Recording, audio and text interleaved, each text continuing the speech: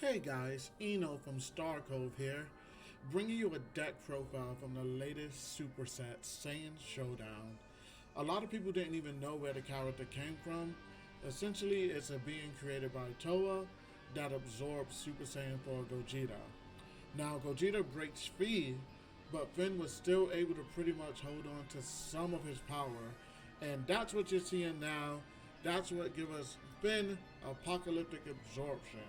Now the deck is pretty straightforward. I am running a mirror package just because it can put a lot of pressure and give you options to handage, as well as the new promo mirror. Even though you need to be at 4 energy, he can pretty much go into your 7 drop easily, letting you put a Toa to warp if you don't already have one in warp, and he also lets you draw a card. Now, which is a really good card, definitely a 4-off. So let me explain Finn himself. He pretty much takes battle cards from your opponent's field, and on his awakened side, he spits them out, and he make them skillless for the game.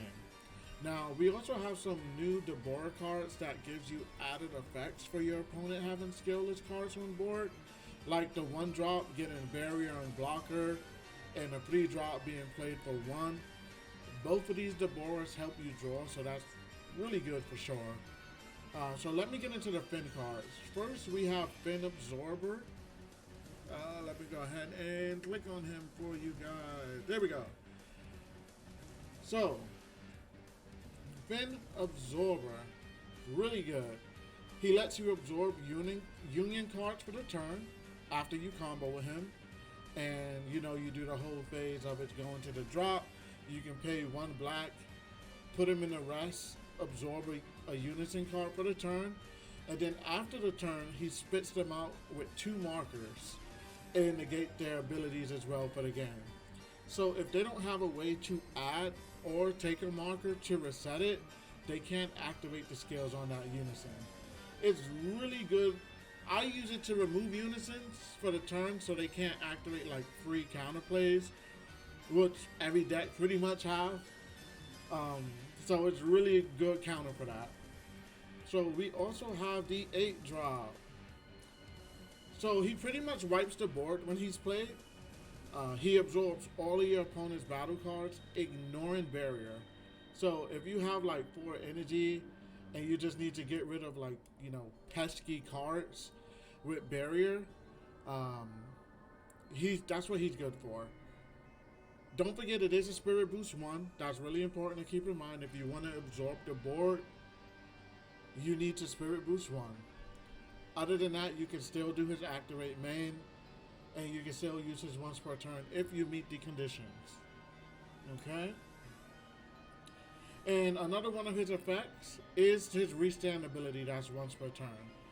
So pretty much those cards that you absorbed, if it goes off, you can go ahead, put one of them to drop. He gets to restand. Really good. Okay.